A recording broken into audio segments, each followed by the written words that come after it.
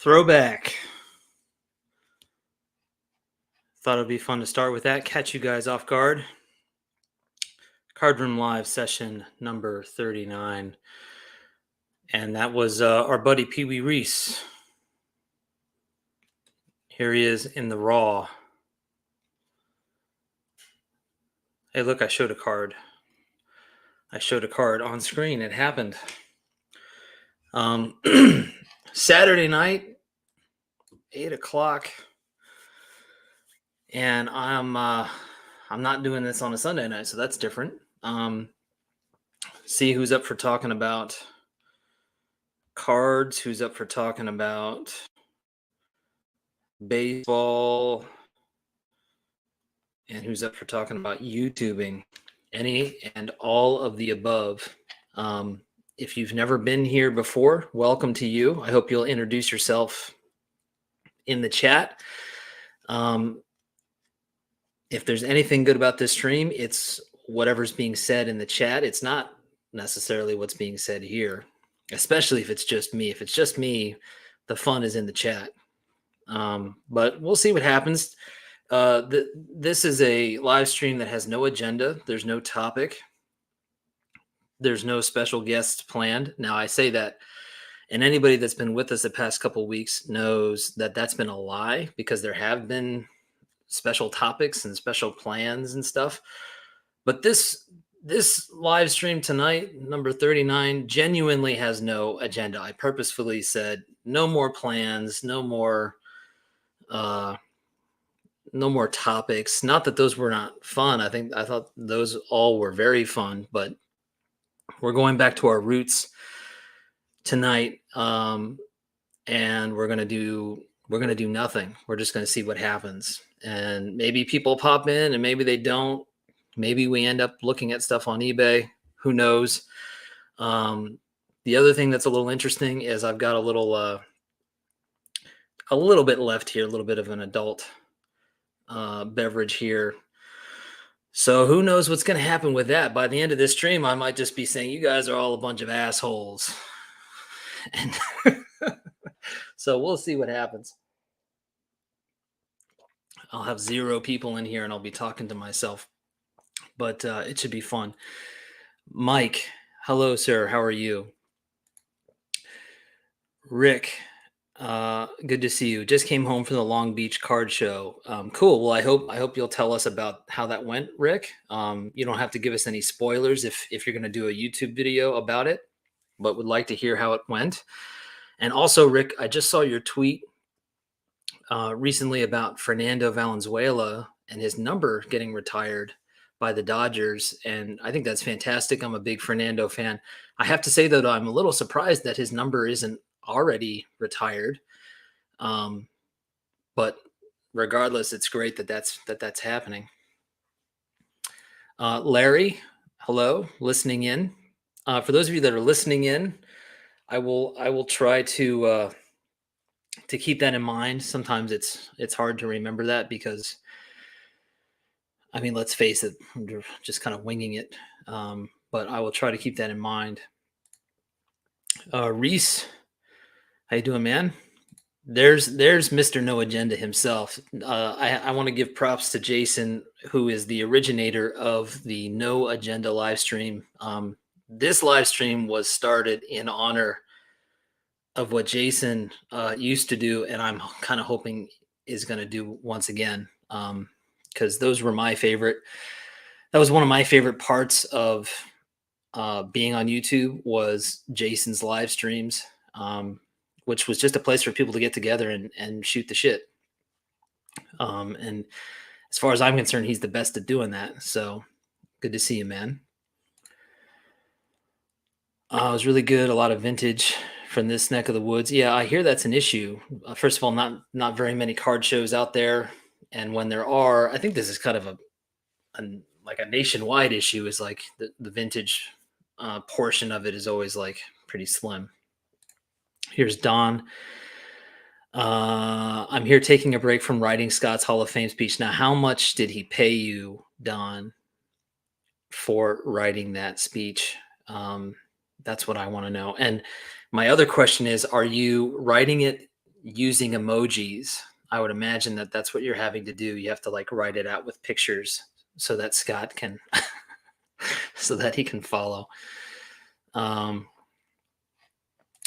no agenda is still an agenda. Thank you, Mike. I'm not going to argue with you about that.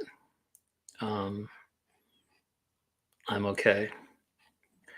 There's more than 3 drops. I can nurse this thing, and I'm afraid of putting more in there because seriously, I don't who knows what will happen, and then it'll be forever, immortalized on YouTube, and that's not a good idea. Rick, yes, Fernando's number took forever to get retired. Glad it's finally happening. Yeah, any idea why it took so long? Was there? I mean, because for example, I know every team has a different strategy for that. Like for the Phillies, up to this point in their history, the Phillies refused to retire any numbers unless the player had gotten into the Hall of Fame. So that's why there are not very many Phillies numbers retired. And until recently, because they retired Dick Allen's number, and Dick Allen, as we all know, is not in the Hall of Fame, although there's still hope that that will happen someday.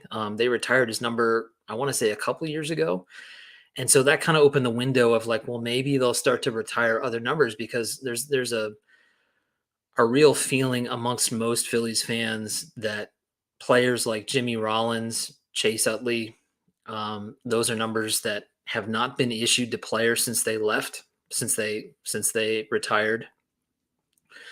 And I personally would be really thrilled to see Rollins and Utley's numbers retired, but there's this weird thing about whether or not the franchise will go along with it because of their sort of self-imposed rules. So I'm just wondering if there's anything similar to that going on with the Dodgers.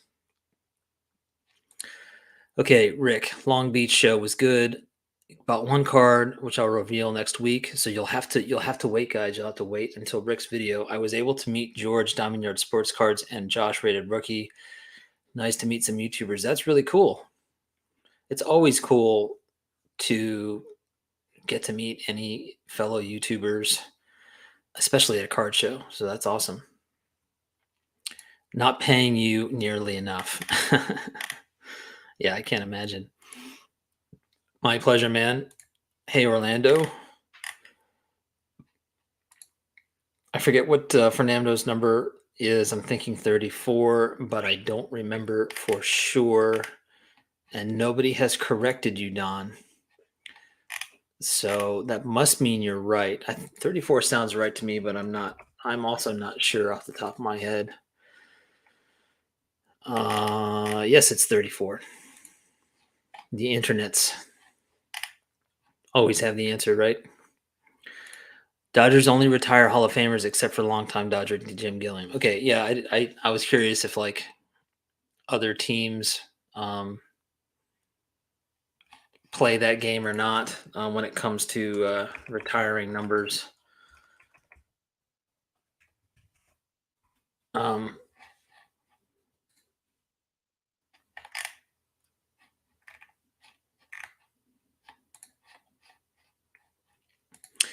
Staven Sports Cards, what's up, everyone? Had an amazing time at the Cranston, Rhode Island show with Picker Jam. I think I saw a couple photos from that show today. It might have even been, I don't know if Jim was tweeting that or if I saw it some other card collector on Twitter. So that's cool, man. Did you pick anything up? Yeah, Dick Allen needs to be in the Hall of Fame. Well, his number got retired, but that's a start. But yeah, I would agree. I think that's going to happen. Hey, Terry. Lots of good folks in here. We got Ray from Philly. Yeah, one of the reasons I'm kind of rethinking my schedule is like, we're leading up to the Super Bowl next next weekend, and that's gonna throw everything off. Hey, Tony, what's going on? Very rarely see Tony in here, so that's a cool surprise. What's the Valenzuela rookie card going for these days? Who in here has a Valenzuela rookie card? I remember watching Andy, nostalgic about baseball, pull a Valenzuela rookie card out of a pack a few years ago, which was really cool.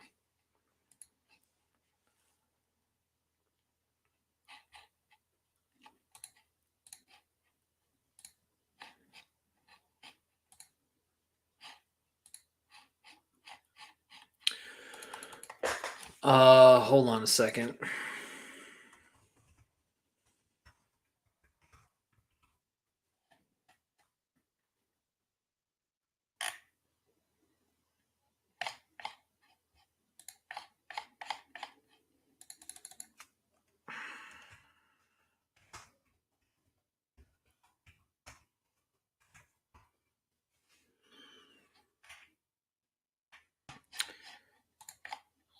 What's up, Lou?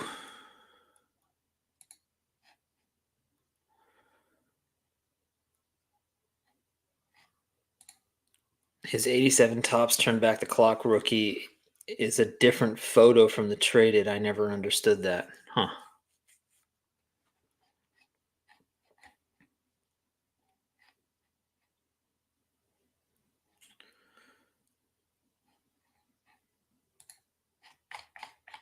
Um, let's see here. Let me share my screen here so you guys have something else to look at besides my mug. Um, let's go to the eBay. We haven't done this in so long. Here it is.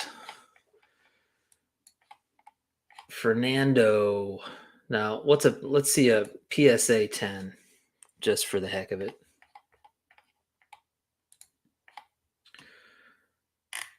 We got some Fleers.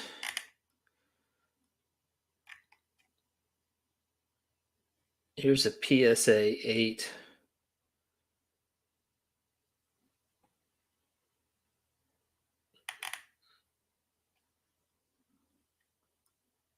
Oh, this is kind of nice.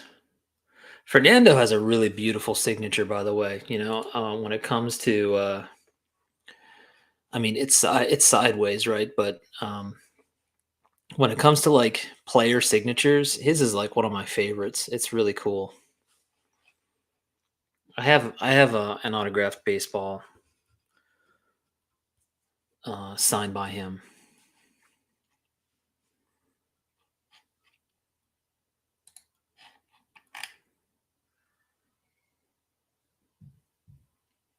What's the preferred Fernando card? If anybody in here wants to share, it doesn't have to be his rookie, just whatever your favorite Fernando card is. Since we're talking about Fernando mania tonight.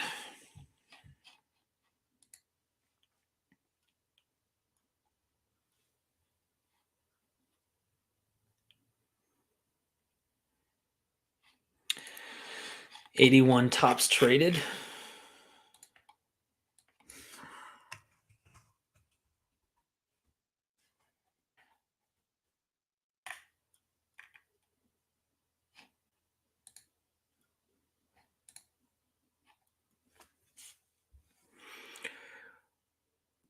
Classic cap logo.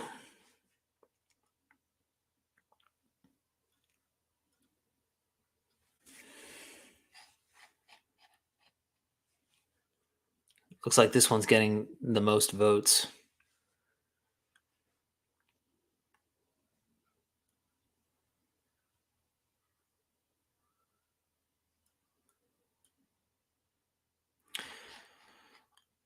Rick says, I also like the 82 tops highlights. Let's see. These are cards that when I hear you guys type them out, they don't pop in my head, and that's because I spend my days in the 1950s.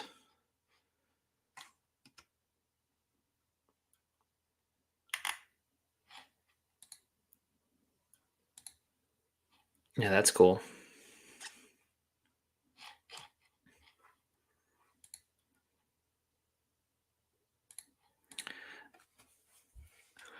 Tony says there's a pretty clear generational divide when it comes to signature quality. For one, the young guns all have deals to sign, hundreds or even thousands of cards. For another, kids don't learn cursive. Yeah, kids don't learn cursive, and now maybe they don't even have to write papers anymore because the computer will do it for you, right? Uh, that's the latest thing we all have to debate and talk about. So, yeah, like why I'll just give you a baseball that where the computer generated my name, like that's exciting. That's a good point though, Tony. Mike says I actually like the 1988 Topps Fernando card. I love that, Mike. There's all sorts of subtext built into that. I actually like it. Okay. Let's go look at it. Let's go back to 1988. Yeah, it is a great card.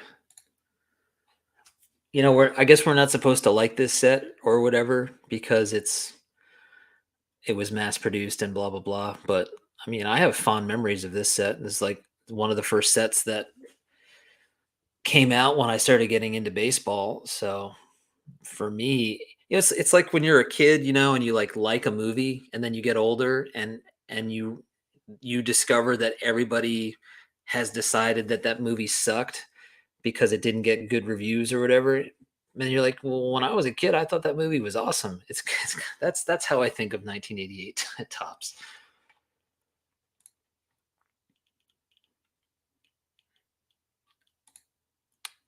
Carlisle is just dropping very Carlisle thoughts tonight. Misspelled is actually one of the most commonly misspelled words. That is deep. Dom says 81 Tops. True rookie guy.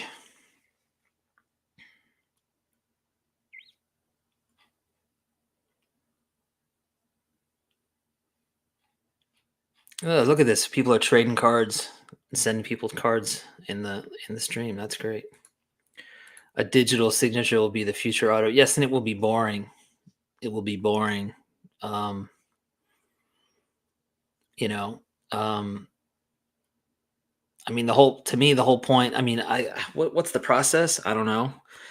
But like as a collector of signatures on baseballs, I've got a Joe DiMaggio autographed baseball, and the thing that blows my mind is that Joe DiMaggio held that baseball and signed it with a pen that he held in his hand, and that's his signature. Like I don't I don't understand how you can digitize that. That's that's my rant on that. I don't know. I don't know what else to say about that. Eddie, I made it finally good to be on one that's actually live. Yeah, because when you're watching this after the fact, I can't imagine it's watchable. When you're here, it's like, okay, great, cool. After the fact, nah, I can't imagine that that's worth anybody's time. All right, we've been staring at Fernando. Um, Anybody else been looking at cards recently? Discover any new cards, any new sets? Um, what have you been looking at lately that has caught your eye? Um, we tend to focus on vintage here, but we don't necessarily have to. I hesitate to say that, but whatever. We can look at whatever. What's on your wish list these days?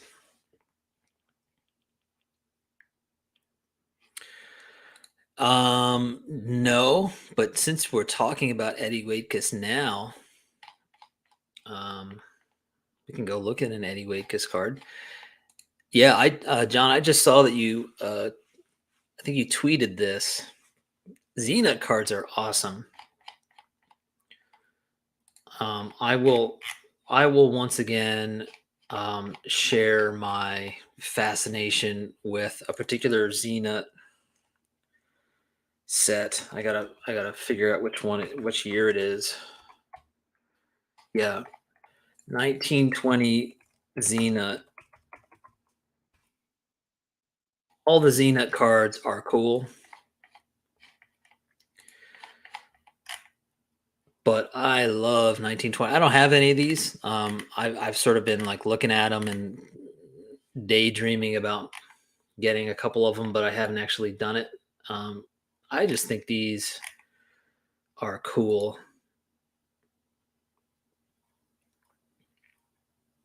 And hey, what do you know? I clicked on a Keating. How appropriate is that? I just love the design of them. I love the background. It's sort of like this gray tone, almost like a watercolor. They are just really slick looking, I think.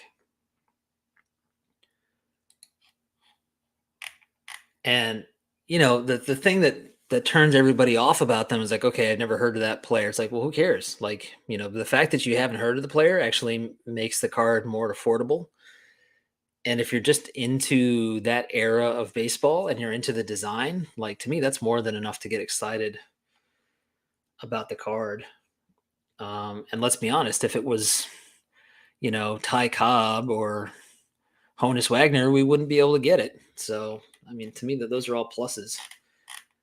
And I don't know. I just think these are really cool cards. But there's a lot of different Z-Nut sets, and I think all of them are really, really pretty interesting.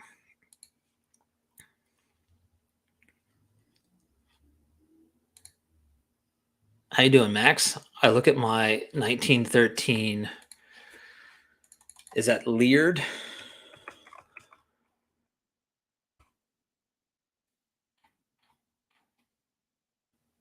I'm gonna take the chance that it's actually on eBay, although it probably isn't. It is. Wow. I think I've seen. Have you ever shown this, Max, in any of your videos? I kind of feel like I've seen it before, maybe on your channel. That is a truly unique uh, card. I mean, that is a pose that you're not going to see on pretty much any other baseball card.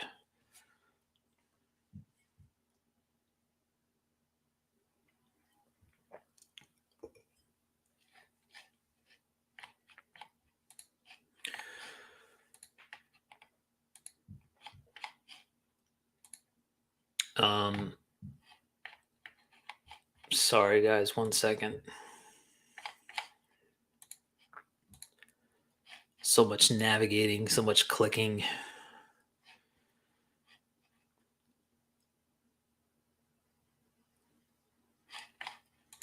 Let's see.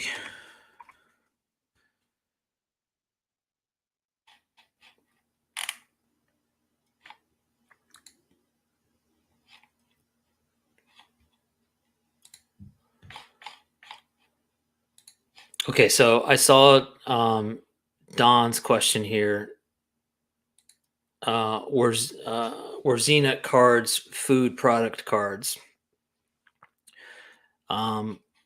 Here's a great website for anybody that's interested in learning more about pre-war. I've been using this website for years now. I forget how I found it. I might have heard about it on like I'm losing my train of thought. I might have heard it on like Net54, or maybe even from you, Max at Max Jackson, or somewhere, or maybe I just found it. I can't remember. Prewarcards.com. This is a great website. It's an ongoing blog, so there'll be like updates about different ideas about collecting pre-war, but there's actually also a directory with all of the designations of pre-war cards, and so you can quickly look through and get a sense of the different designations. And there's a little history put together behind each set, and some of the um, the rarities of the set or the variations in that set and the kind of quirks and stuff. And so, you spend 45 minutes digging around on this set and you're going to have a pretty good understanding. So just for example, here's the section on Z-Nut, 1911 to 1938. One of the more popular pre-war series for minor league collectors are Z-Nut sets featuring Pacific Coast League players. I'm not going to read this whole thing to you guys because that would be like school, and I'm a professor, and I just kind of fall into this pattern of reading things. And that's not good. Let's see. Does it talk a little bit about the company behind it? Z-Nut cards are classified as candy issues, and even though they were described by their maker, the California-based Collins McCarthy Candy Company, as a confectionery product, they also could be seen as more of a food card instead. The product was a mixture of popcorn, peanuts, and coconuts. It was not solely marketed towards kids. Rather, it was said to be for children, young adults, and even the old folks. Their slogan was, "Gee, but it's good." Additionally, the company had more than just a slogan. They had a complete song for the Z-Nut product. Well, that would be fun to go find the Z-Nut song. So anyway, there's your Z-Nut trivia for the evening.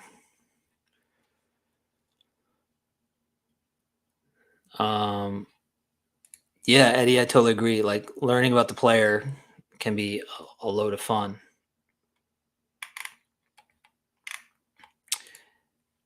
Hey, Dave. Dave says if you like Z-Nuts, check out the 1921 Home Run Kisses set of Pacific Coast League teams and players. I'm going to doubt that that's on eBay. I feel like I've heard you talk about that at some point or another, Dave, in a video. Yeah, I mean, why would that be on eBay, right? 1921 home run.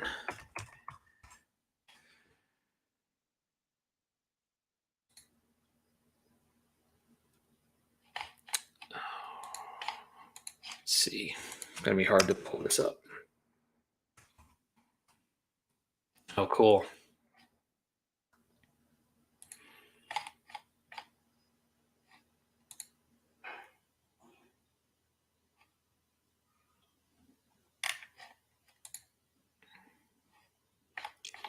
Well, here's an example that I just came across of the 1912 home run kisses E136. Yeah, those are beautiful. I really like that kind of gold border around it.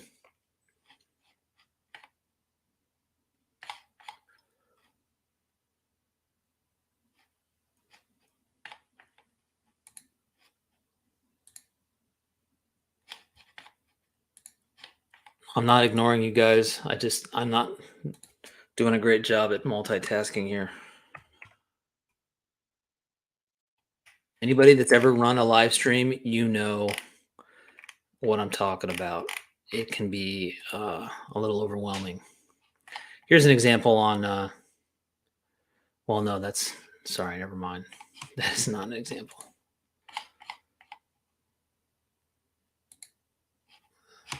Let's see, what am I looking for? E136.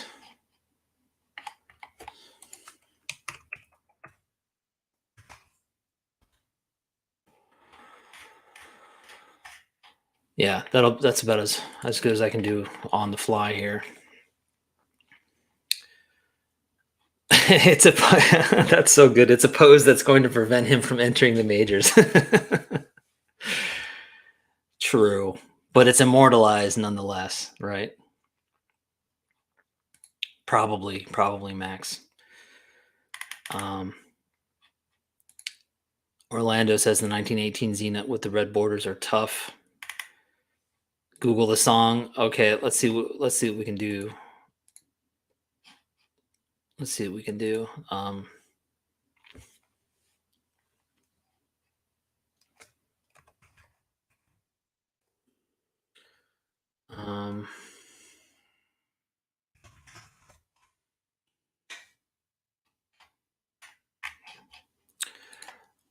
I don't have high hopes for that.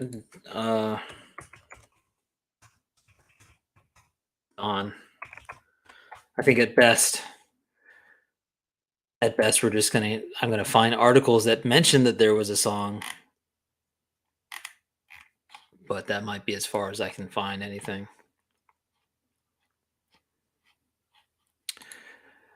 Sub, not sure how I haven't seen your channel yet. Yeah, for anybody that doesn't know, Max is one of the best channels that ever was made on YouTube. Period. And he doesn't make as many videos nowadays as he once did. Although if we badger him enough, we can usually get him to make a video. Max has completed the T206 build, so maybe that enough would get you to go check out his channel. Great dude and a great channel.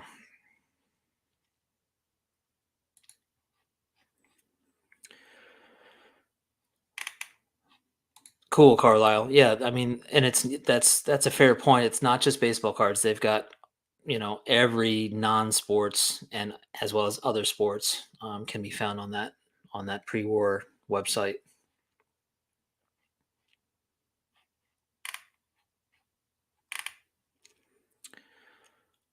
Um, Dave, I feel like you're always driving. You are always going somewhere. The rest of us are sitting around, and Dave is moving places.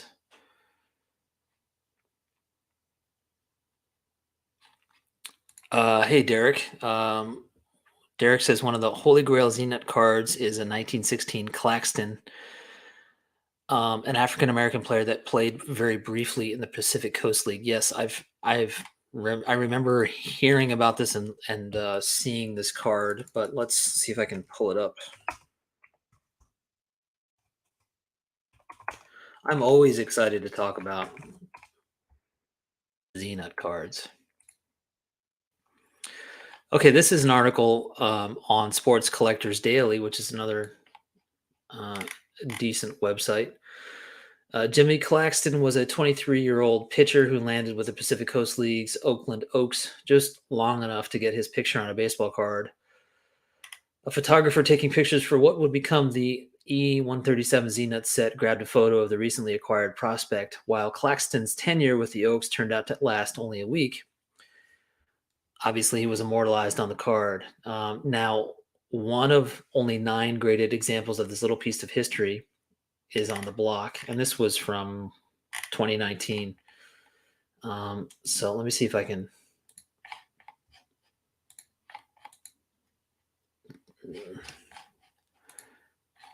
There you go. That's about as good as I can do. But that is a beautiful looking card. In addition to being an incredible piece of history, so that's really cool. Thanks for mentioning that, Derek.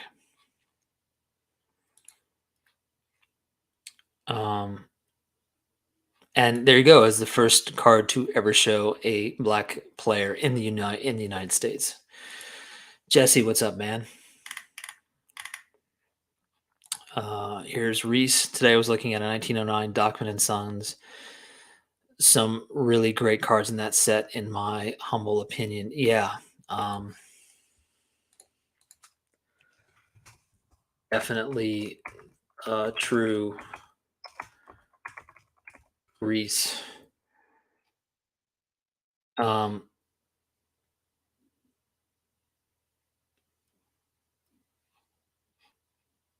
The Christy Mathewson for me is right up there.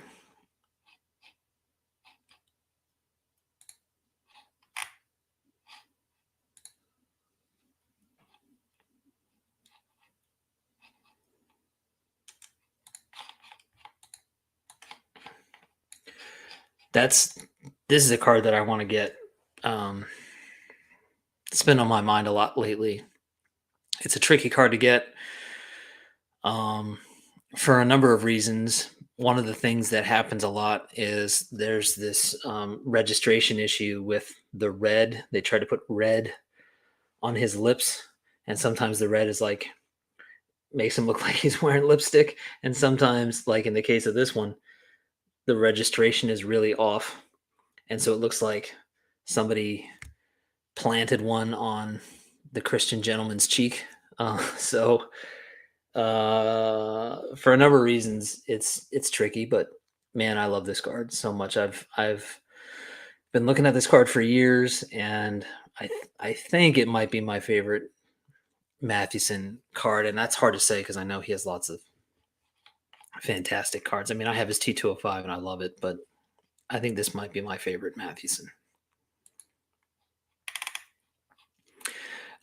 If anybody hasn't checked out Orlando's recent video, I don't know where you've been, but he did this incredible video where he sat down with a fellow collector who has an immense Cuban card collection, and it was literally mind blowing. My mind literally blew up, and I somehow put it back together. Incredible collection. And it was awesome because it was like both players that I've heard of that didn't necessarily play in the majors, but are nonetheless remarkable players, but also players that ended up getting into the majors maybe later in their careers, like Minnie Minoso. So that was really a fantastic treat to get to see those cards. There you go. That's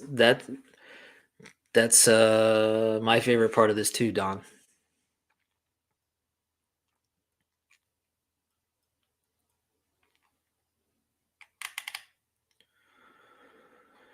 Yes. The Mathewson is unbelievable on price to card. Yeah, it's not a card that you can just be like, oh yeah, I guess I'll pick this card up. It's like it's a you have to think about it, right? Um, it's not a it's not an impulse buy. We'll put it that way. Hello, Steve. I love the Churchman Kings of Speed, Jesse Owens, the first F1 cards, cars and racers, and even a Ty Prince, plus Howard Hughes from his H1 racer days before he went nuts. Cool. Yeah. Um, non-sports cards are definitely a whole other niche that you can quickly fall into. T222 Fatimas. Let's go check those out.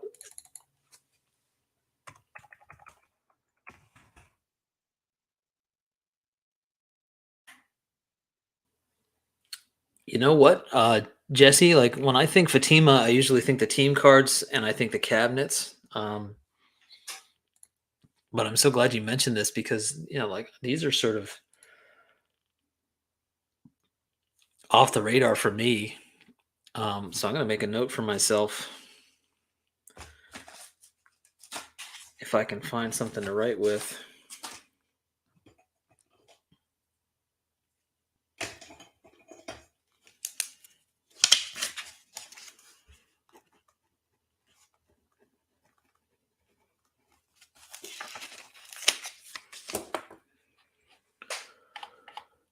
Let's look at a couple of these.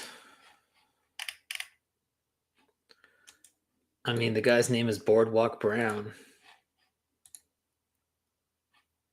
from the Philadelphia Athletics.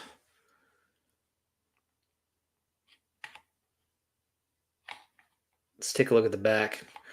Collection of 100 photographs of famous baseball players, American athletic champions, and photo play stars.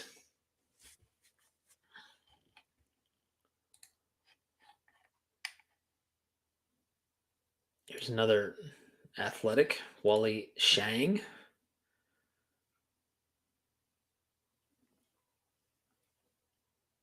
Just from the looks of the cards, they seem to be made exactly the same way as the team cards are, which would make sense. And so they're probably very condition sensitive. I've seen this Grover Cleveland Not this not this card, but I've seen this photograph used in other um, issues. It's a great shot.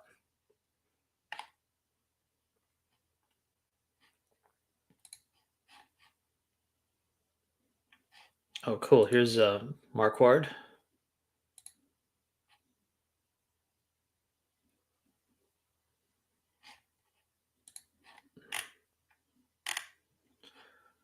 Here's another fantastic name from this era of baseball, Stuffy McGinnis.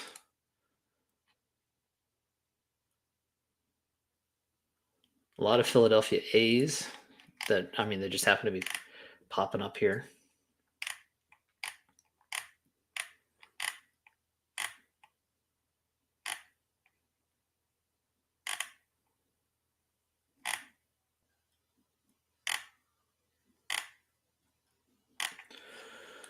Tommy Leach. Whenever I hear that, whenever I see Tommy Leach, I instantly remember the Ken Burns documentary. Like in the first, I'd say like the first 2 to 3 episodes from this era of baseball, there are lots of quotes in that Ken Burns documentary from this guy. Okay, I've been ignoring the chat, so let me. Hey, Stuke. Yes, it was special. Orlando's video was very special for sure. Um,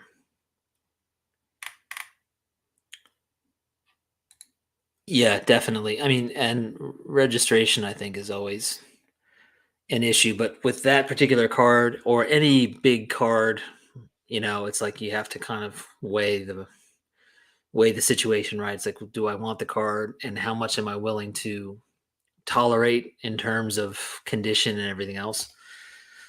So it's a process, I guess. Dom's been thinking about getting some tattoos.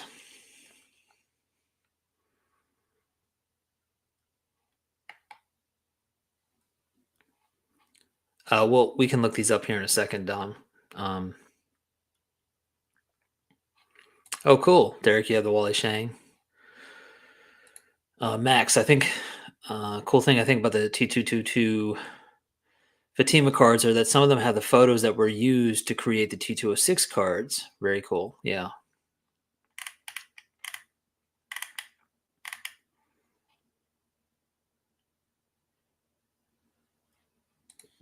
Baseball is great, isn't it?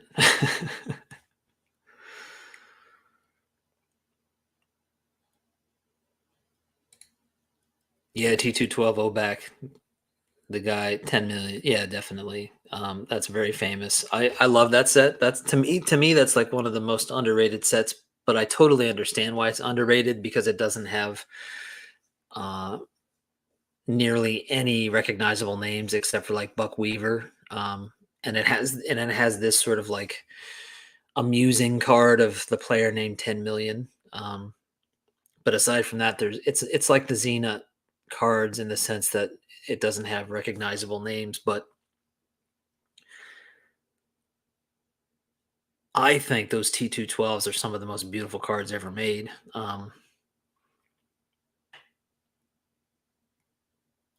So it's another example of like, well, if you're just looking for like legends and things like that, it's a set that's going to let you down. But if you're into the history and you appreciate the aesthetics of the card, that's a great set to look at.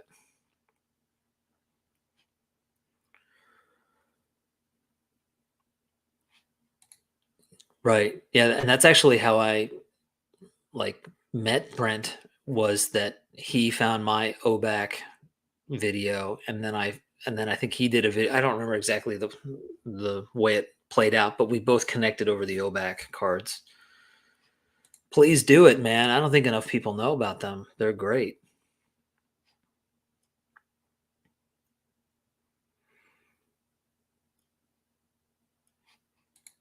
Oh, cool. Yeah. I mean, they're really incredible. I should show one, right? I keep talking about it. Why aren't you showing it? I want to keep this open because I want to go back and look. TQ12.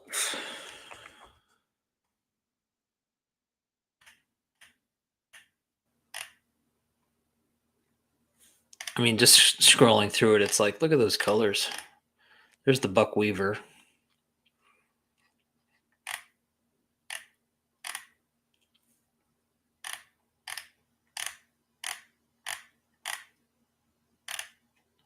Oh, I have sent this to him many times.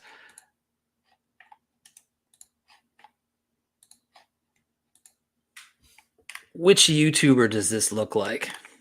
To me, it's like uncanny. He's just missing the glasses. He just needs the glasses. It, I'll tell you, but I want to see if anybody can guess. Yeah, totally. Yeah, yeah. It's Stove. It's Mark from Stove Sports. Very few people know this, but Mark is actually a time traveler, and he played for a Pacific Coast League team back in 1911. Uh, just for shits and giggles, you know. And then he came back and started a YouTube channel. Stove baby. Yeah, every time I see that car, it's like I'm thinking about Hitler PSA response videos.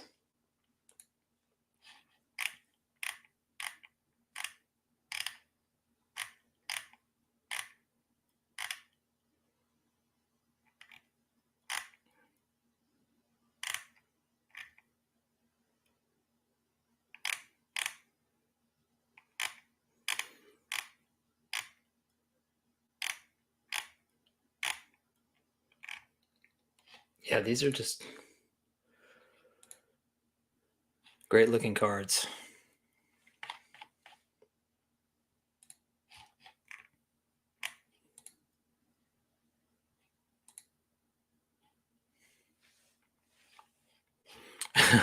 Which one looks like Bob Lewis? Oh yeah, that would be a fun video. Is like uh, match up a card with a YouTuber.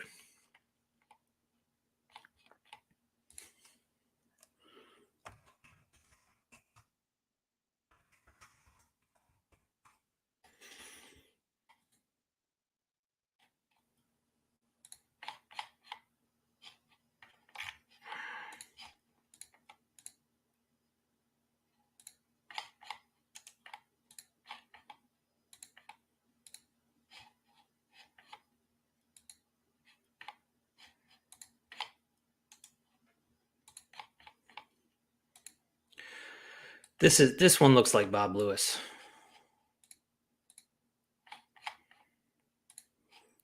That's the one that most resembles Bob.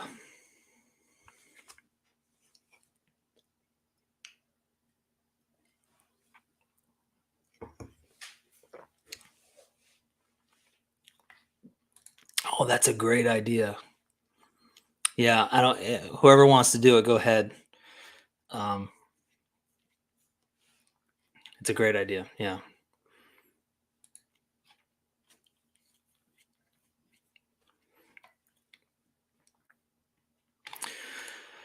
Um,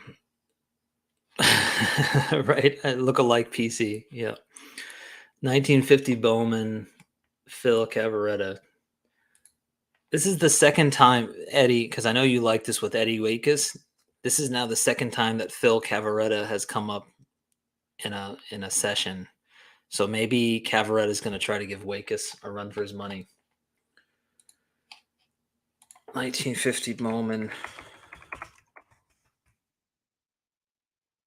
Right? Yeah, Cavaretta. Oops, not Cavaretti, Cavaretta. Yeah, I totally see it. Yeah. Yeah, I see it.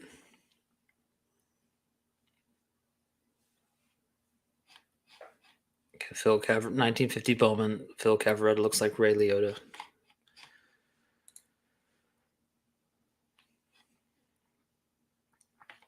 Okay, so now we're doing Field of Dreams because we've got Ray Liotta, and now Derek says 1962 Topps Ashburn looks like Burt Lancaster. Yeah, yeah, kinda. Well, this one didn't open up.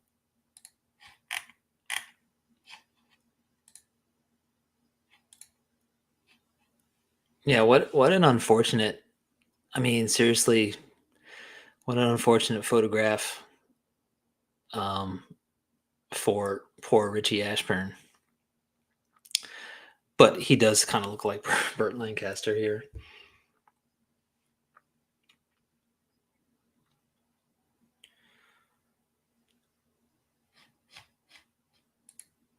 Yes, they did. They did Richie dirty on the 62 Tops. Yeah,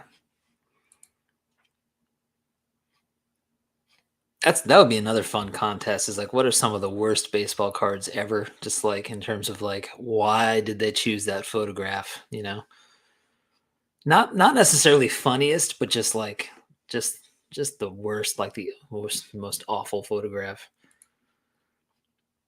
Eddie says Phil Cavaretta was on the MLB player. Um, sorry, was an MLB player on a roster for Babe Ruth's last at bat and Hank Aaron's first at bat. Fast fact. Eddie, that should be a new thing. Just every now and then a fast fact. That'd be great. We'd all appreciate it. Okay, here we go. 1972 George Henrik is awful. Let's see.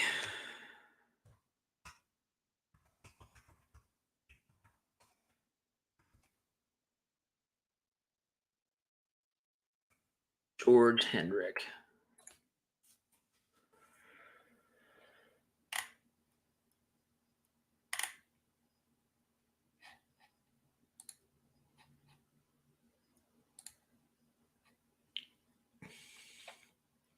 Yeah, I wouldn't say it's great. That's for sure. It's like airbrushed beyond recognition.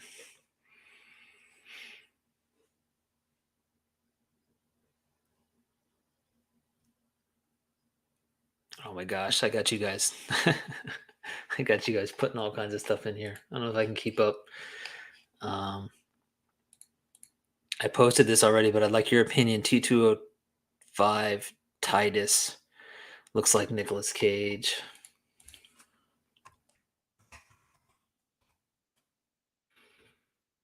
Yeah, totally. Absolutely. I don't even need to look at the close up.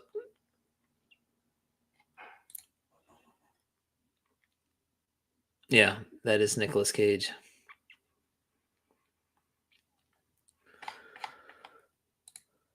And the T205 Huggins.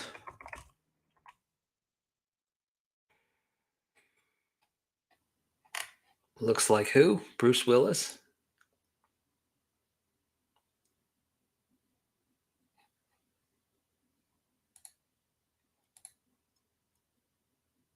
Yeah, he kind of does. He's got the same kind of facial expression. That's for sure.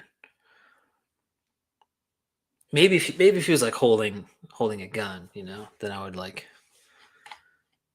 I would totally I would totally buy it. Um, oh my gosh, you guys are getting into this too much. Mike, this baseball card life, what's going on, man? 1975 Topps Aaron. I think I know the one you're talking about. Yeah, yeah. Seriously, like there's got to be a better shot of him than that. And was this like trying to avoid the logo? Uh, one of those kind of deals. It's always a bummer when you've got like a player like Hank Aaron. There's only so many cards that they can have for their player run, right? And like that's one of them. It's like really, we couldn't do Hank any better than that. Yes, 1958 Brooks Robinson. I'm not even going to look that one up, Rick. We all know what it looks like. We're all traumatized by it.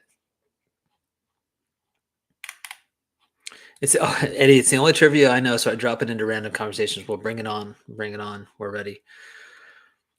What was the photographer looking for? Lick your lips a little, but not really. Perfect. Hold it. Yes, exactly. Exactly. Mike, sports history collector, 1969.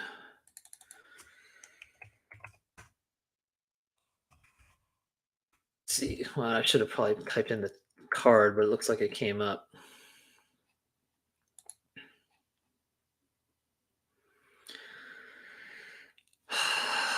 Yeah, like I agree it's not a great card, but there's something about it that I kind of like. I'm not trying to be a contrarian here. Maybe it's just because I like his facial expression. He is not a happy guy. He looks kind of intense. I don't know. Yeah, everybody's pretty much on board with the 58 Brooks Robinson. I mean, we all know that, right? I'm not going to look at it. I'm not going to acknowledge it. Hey there, reindeer. Eddie says, I'm a Brooks collector and I'm looking for the worst copy I can find of that card so I don't have to spend much on it. You know what would be awesome, Eddie, if you could find a copy of that card where like some kid drew on it? I think that would be ideal. Terry says 1953 Topps Nettles is the worst airbrush job ever.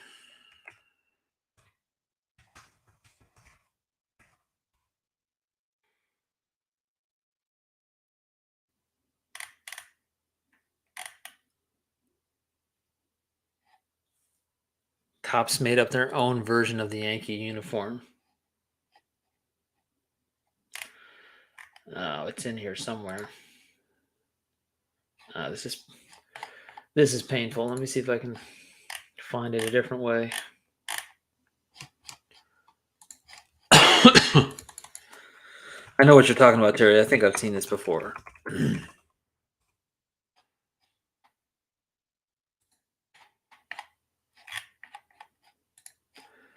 Let me enlarge it.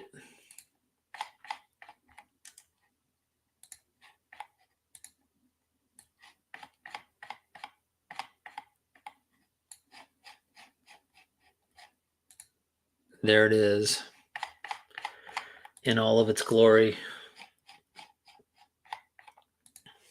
Yeah, it's pretty bad. I mean, somebody had a fun day at work trying to put this together.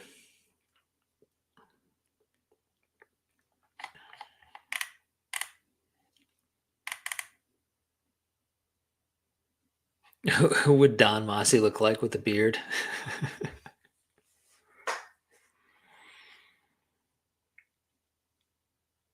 He would look like Santa Claus. Yeah.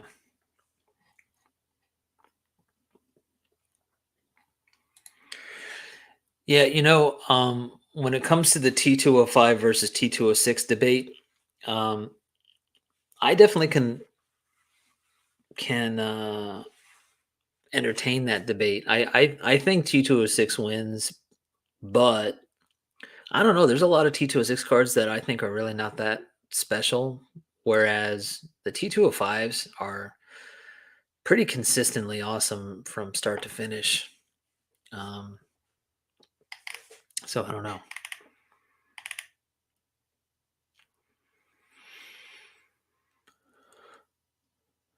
Yeah, let's take a moment to. Sorry, 1 second here. The Nettles is hideous. Yeah.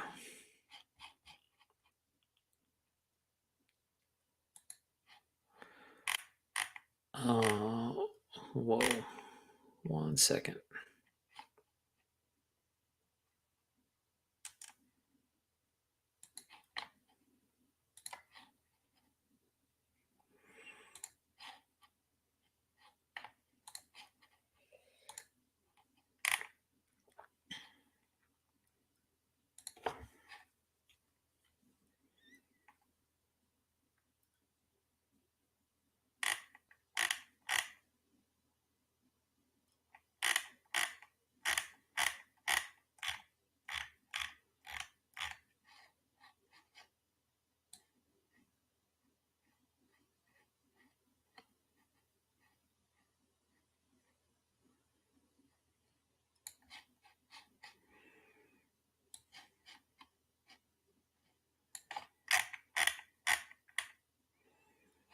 I'm totally ignoring all you guys.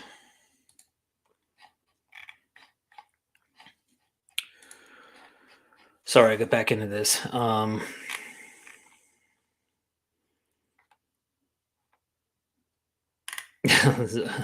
Looks like he's playing in a prison league, right?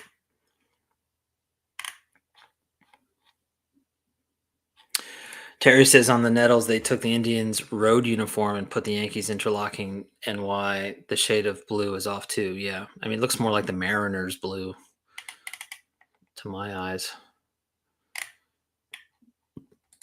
I knew you would vote for T205, Rick. I think you know. I kind of think I agree. The more I think about it.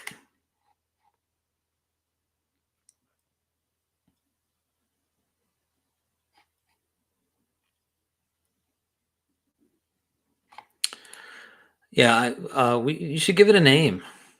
Um, Sir Scott sounds good. Yeah, let's take a moment, guys, to acknowledge the recent inductees: Lou Rock, Scott, Grayman Studios, Graybeard Man Studios, Elite Hunters, James, Picker Jim S, and Brad 8671. Congratulations to all you guys. And you know what? Congratulations to everybody else too. Because one of the great things about the Hall of Fame is hearing about channels. And if your channel got shouted out by some folks, that's a great thing too, because it means somebody out there is watching your stuff and likes what you're doing, and showed some love to your channel. So I think that's cool too. But yeah, definitely congrats to those five guys for getting in. And also, you know what? Like, we should say thanks too, because it's not just like, oh, congratulations, Hall of Fame. No, it's like, thank you for doing what you do, because it's fun, it's entertaining, and it's appreciated more than anything else.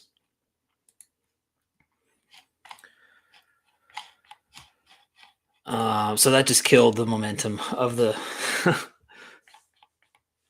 of the ugliest cards chat. What else do you guys want to look up?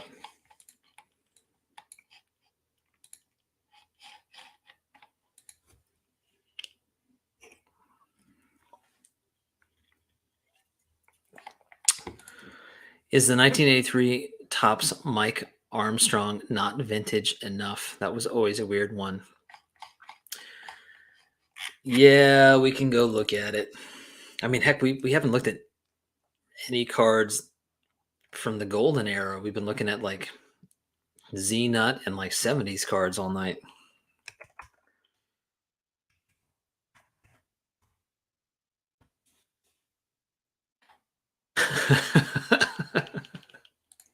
Wow. Wow, Reese.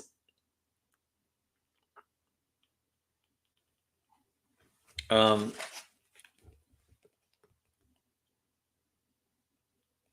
this is an amazing card.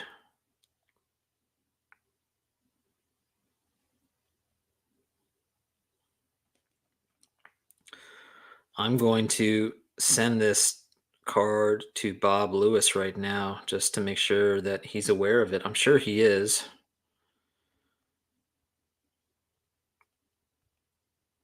But I like to send these cards to Bob when I come across them, because I like to encourage Bob's collecting of ridiculous baseball cards. I'm living vicariously through Bob's collecting.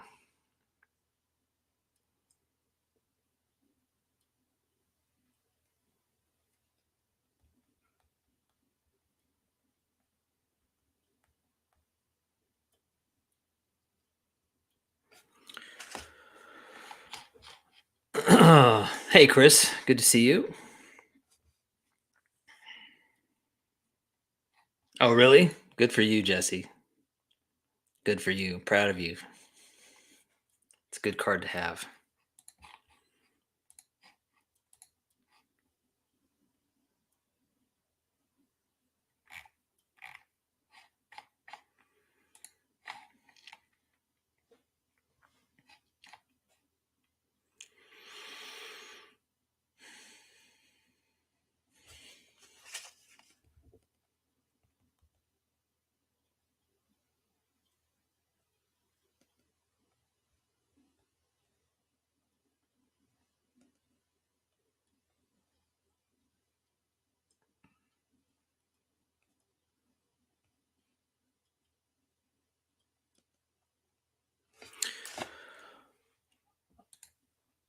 All right. So somehow we ended up in 1983. Mike Armstrong, the pitcher who I believe got the win in the Pine Tar game. Is that right?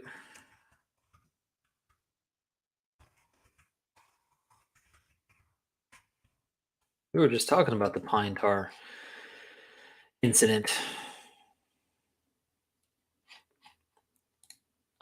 When Reese gave us his Hall of Fame tour. Oh, you know who has a Dick Pole collection going? I don't know if John is still in here. I'm sure several of you guys have Dick Pole collections going.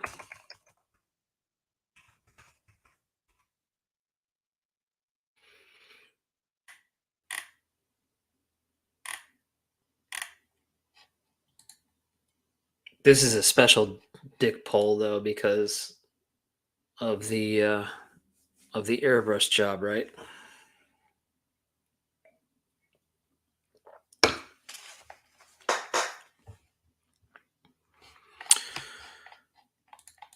Hey Drew, good to see you. Oh, that's classic. Yeah. 63 Tops Wally Moon Unibrow.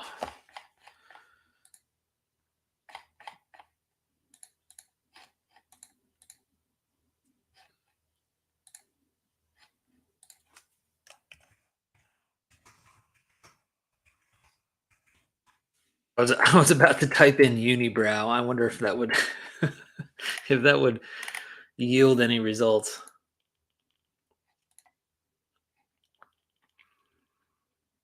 Yeah.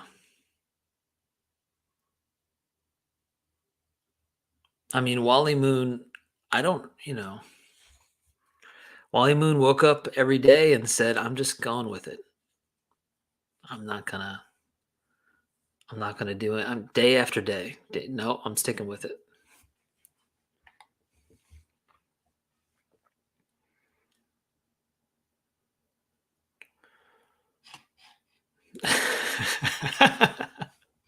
I encourage him to. If he ever, hey, you know what? If it brings him out of retirement, I'm all for it.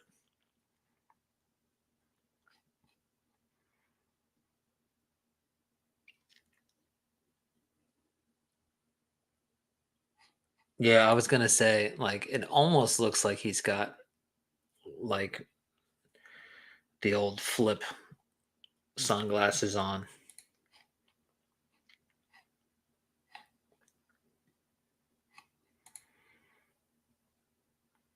Definitively, Wally Moon has the best one.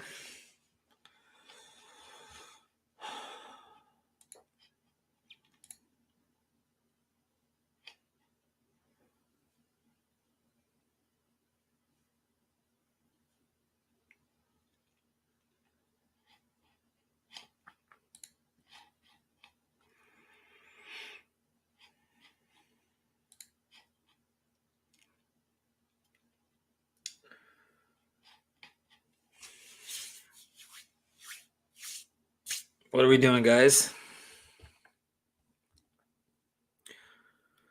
One area that I was kind of curious to hear from y'all about, and this is like opening up a whole can of worms, but um, what the heck? It's only 9 o'clock. What are some large format cards that you appreciate?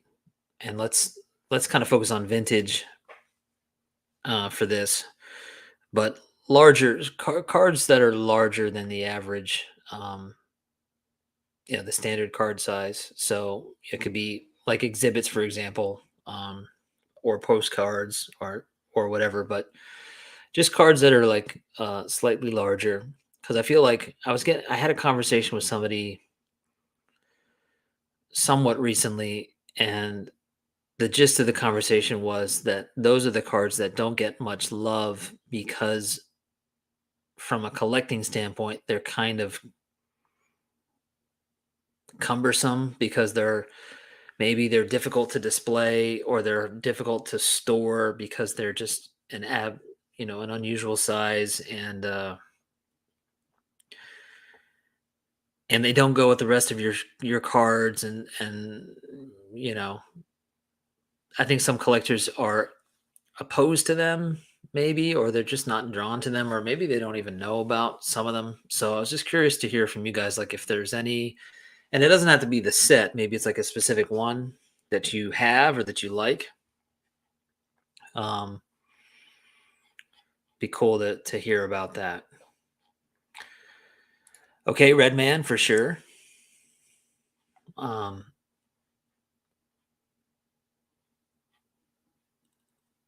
let's see. Hey Scott, hires root beer Hank Aaron with tab. If it doesn't have a tab, you're like Scott's not going to talk to you. Like conversation over. But if there's a tab, we can talk. The tab thing has come up many times in the past. With tab, without tab, it's the eternal debate. M101-2 are beautiful. We'll be the judge of that, Max.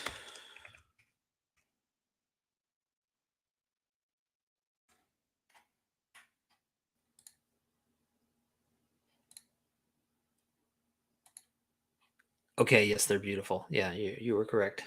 You were correct, Max.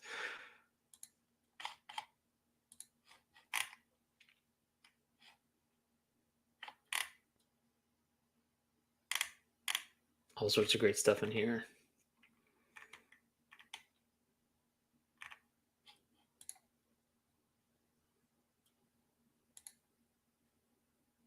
That's a shot of Cobb that you don't see every day.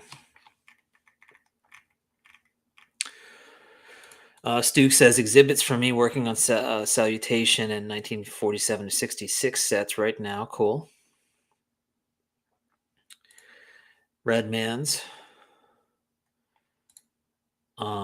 Basketball 70 to 71 tops tall boys. Turkey Reds. Yeah, definitely Turkey Reds.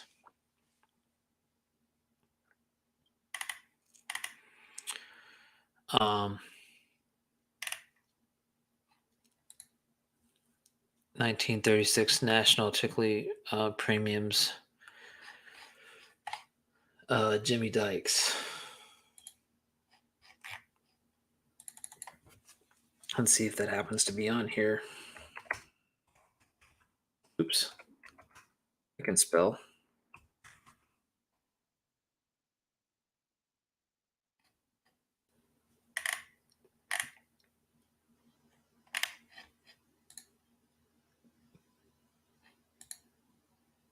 Cool. Yeah, that's a great shot.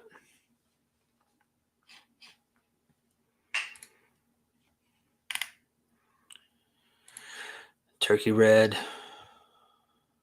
Yeah, 64 Tops Giants are really cool. I remember when I first started YouTube,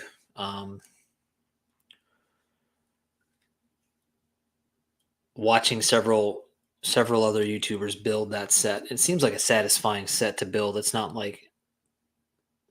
an overwhelming set, and yeah, there's some pricey cards in there, but it's not. I mean, the last I remember, it wasn't a killer set in terms of finances, and it's satisfying. Like there's some great players in that set.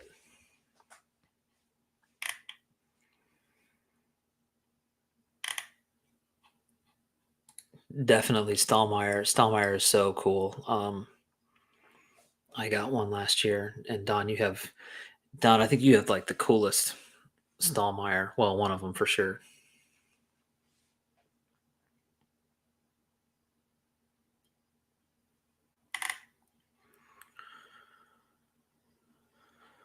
Are they? I go through the Redmans periodically. There are a handful that I think are great. I got to be honest. I'm not like a super big fan of the artwork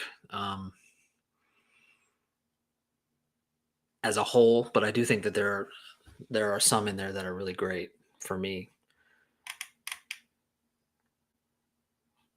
Okay, Terry. All right, we'll do it because it's Terry. 1963, Toronto Sun, Terry Sawchuk.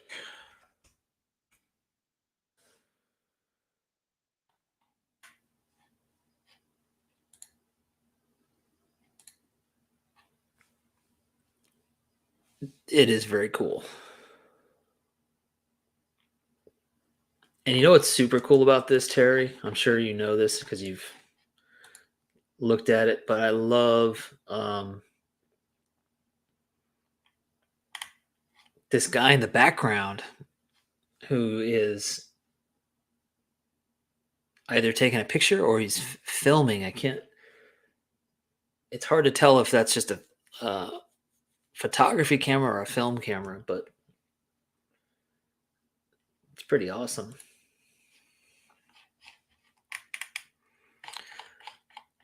I'm gonna have to get off this real quick though, because if like my Canadian cards is gonna come in here and he's gonna be like, oh my gosh, we're looking at hockey, and I don't want to like disappoint anybody, right? We can look at other sports once in a while, but like sparingly, sparingly.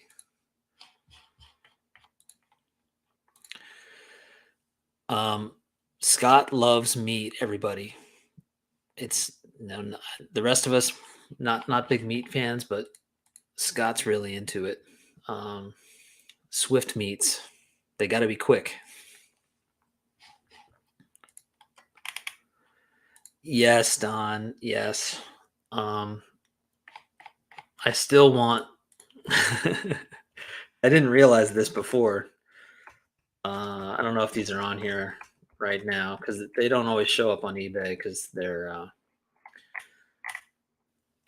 more of a. I don't know why I put 50. It's not 50. It's like 50. Maybe it's 53. I forget what year it is.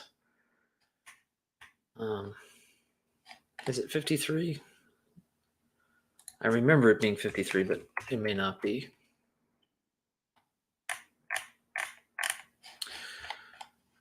It's probably not on eBay anyway.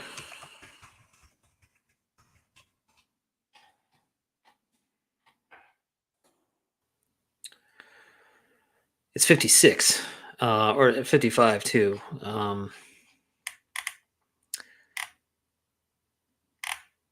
Yeah, those sort of blue. Um, I don't know if that's what you're talking about, Don. If you're talking about those blue and black and white cards, or if you were referring to something else. Oh, are you talking about that sort of giant shot of Stan in the? Maybe you're talking about this.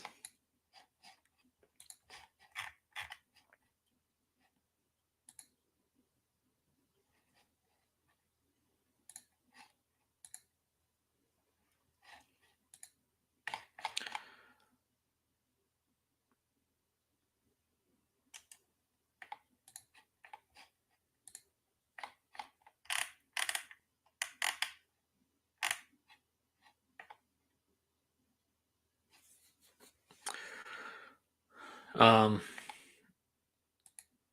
I thought you were talking about the trading cards, which of course are not large format. But my favorite of the Rawlings, since we're talking about this is so appropriate for you, Don. My favorite card from the Rawlings trading card set is this one. And I honestly didn't think about it until right now, but it's so appropriate that that's my favorite one, Don. Now it now it has so much more meaning now that I realize that Stan is kneeling.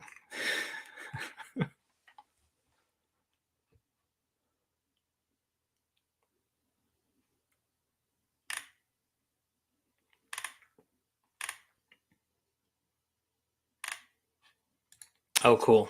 Picked up the Redman Musial.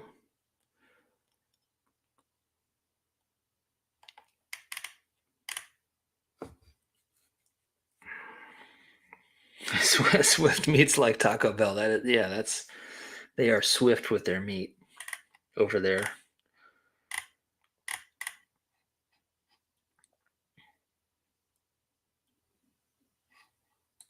Is it really? Oh, well, there you go. Yeah, that makes sense now that I think about it. Yes, yes, of course. Um, it's a great card.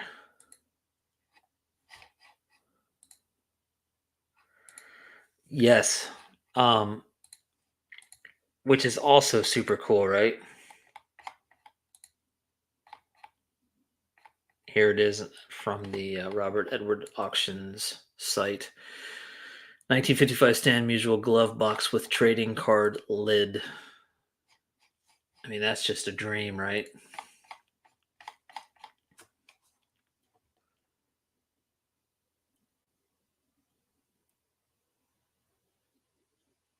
I mean, what a brilliant idea, marketing wise. Like if I'm a kid in 1955, I'm all over this, right? Stan Musial, a baseball glove in this freaking awesome box that I almost want to keep because the box is awesome, but it also has baseball cards in it. So I'm kind of torn between, do I just cut it up and have the baseball cards, or do I keep the box?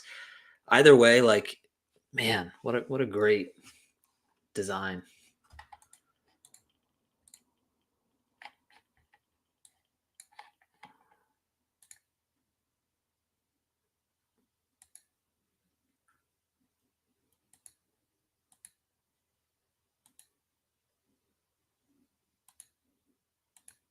So cool.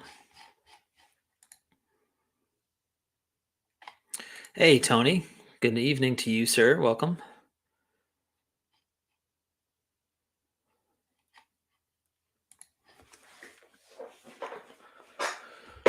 Just messing around for anybody that joined in, looking up stuff on eBay and elsewhere, talking about cards.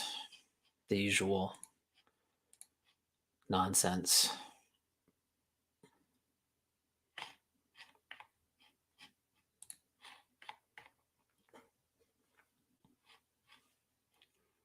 Yeah, that'd be incredible. And like, I can imagine, Don, you'd have like this nice custom built display for it. Sweet. Right.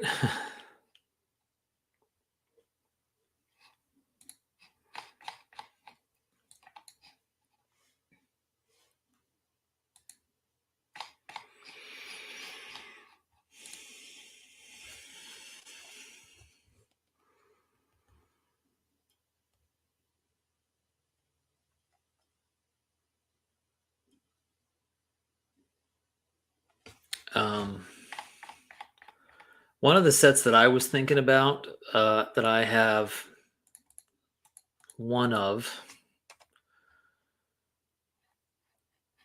um,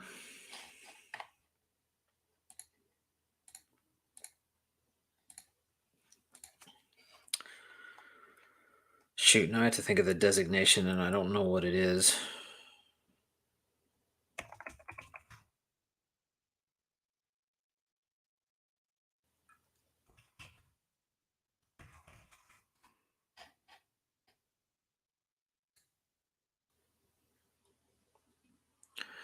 It's a pre-war set. Um, it's a pretty. Oh, okay. That is not. That is not accurate. Let's see if this actually gets me any results. If I type this in.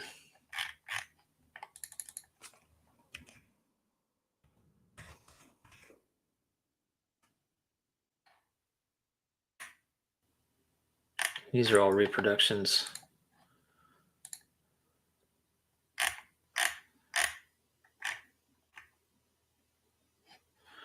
Well, here you go. So it's R312.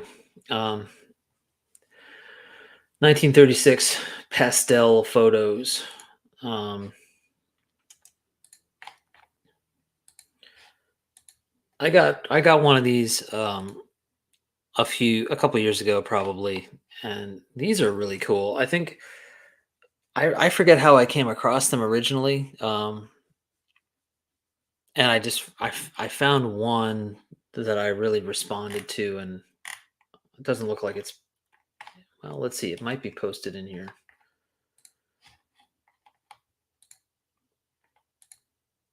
No, it's not here, but and then I think I found a video that John Mangini did about these a while back. These are really fun. And you've got some names in here, there's Connie Mack, of course, Lefty Grove, Rogers Hornsby, Johnny Mize, Hank Greenberg. Who do we have here? There's a DiMaggio. I don't know if this happens to show the DiMaggio, but they're pretty cool. I mean, they're like originally black and white photographs that have been kind of colorized, and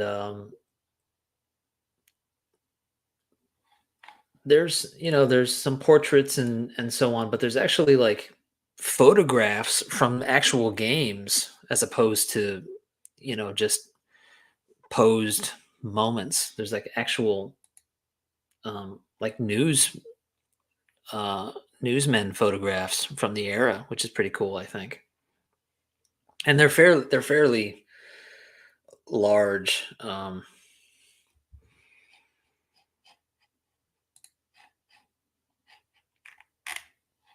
So I don't know, those just came to mind recently. I have one over there in my case.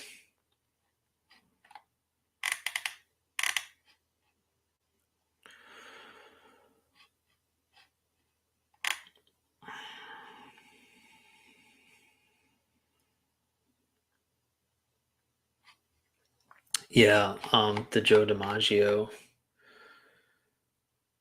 Let me see if I can. The Greenberg, I think, is cool too. R312.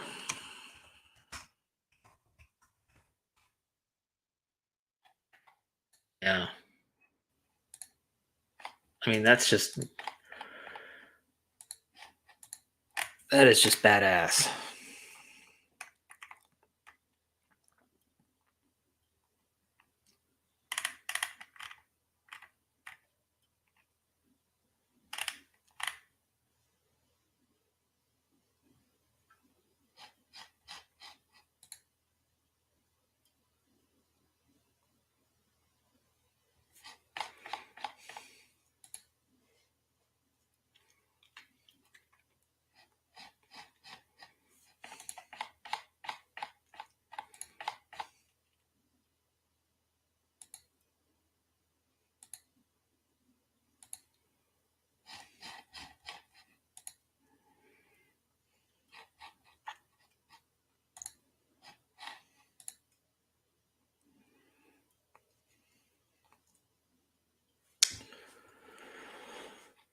Any others, guys?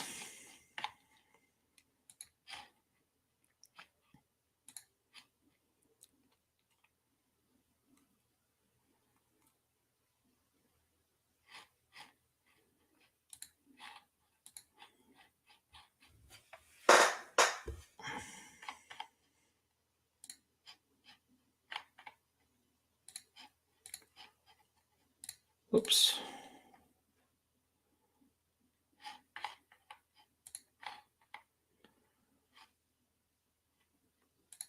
I'm not gonna get rid of it. Every time you guys mention it, it's like that just makes me more convinced that you love it.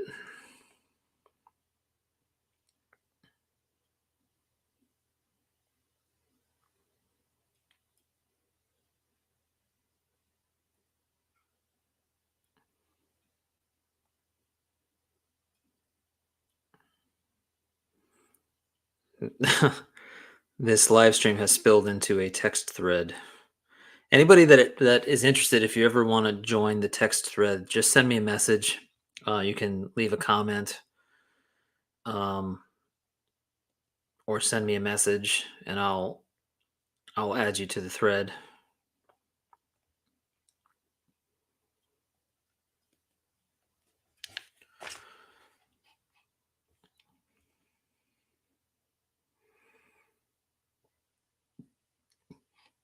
Who's going to the National? Max is going. Derek is going. Well, trying to go.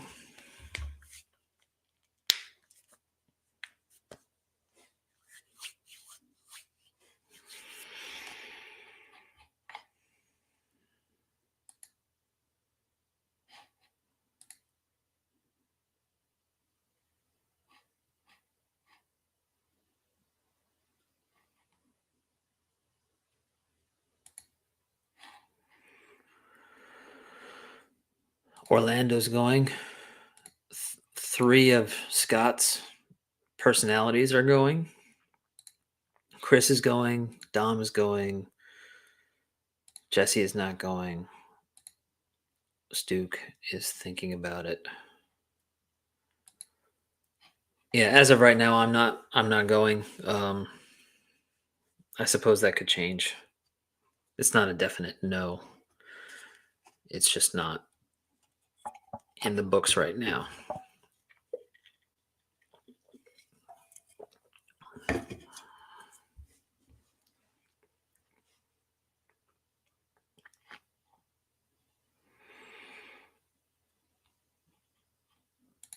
That's cool, Jesse. Burbank show. Tony's not going.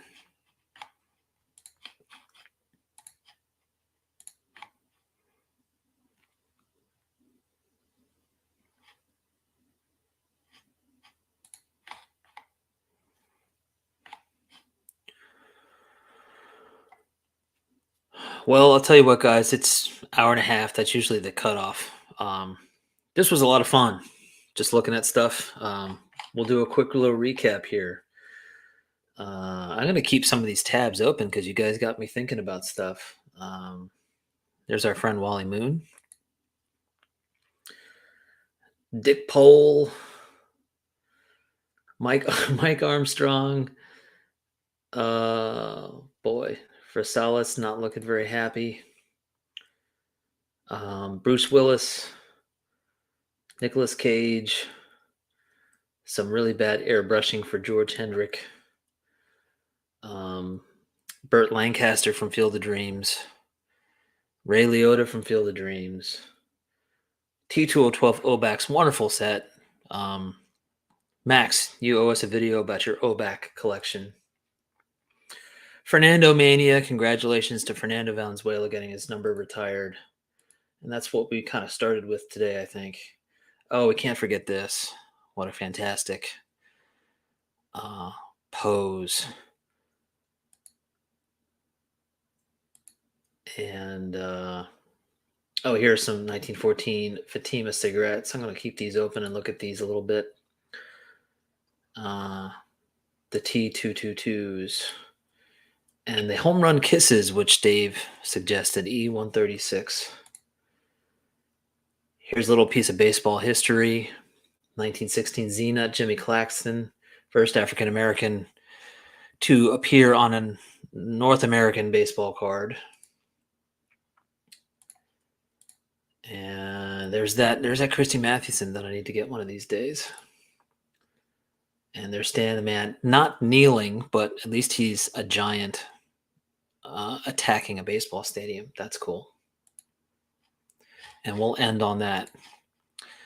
All right, guys, this was fun.